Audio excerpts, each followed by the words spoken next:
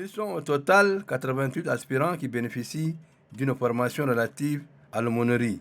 Après 2 semaines de formation, ces aspirants auront le grade d'aumônier médiateur. Après cette formation, ces derniers sont appelés à intervenir en cas de catastrophe pour secourir la population ou jouer le rôle de médiation en cas de conflit intercommunautaire.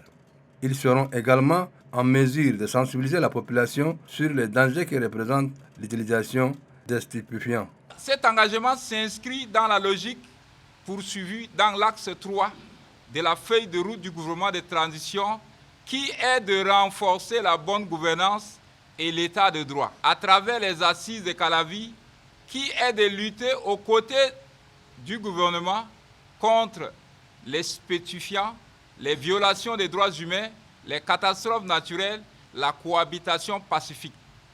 Le secrétaire général adjoint du ministère du Genre et de la Solidarité nationale a mis l'accent sur le rôle des aumôniers tout en réitérant le soutien des 10 ministères à cette institution.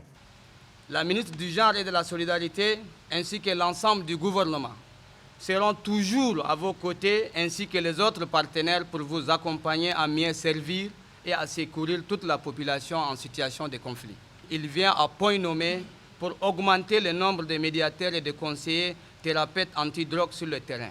Au cours de cette rencontre, des certificats de fin de formation ont été remis aux 11 aumôniers de l'unité antidrogue de la première édition.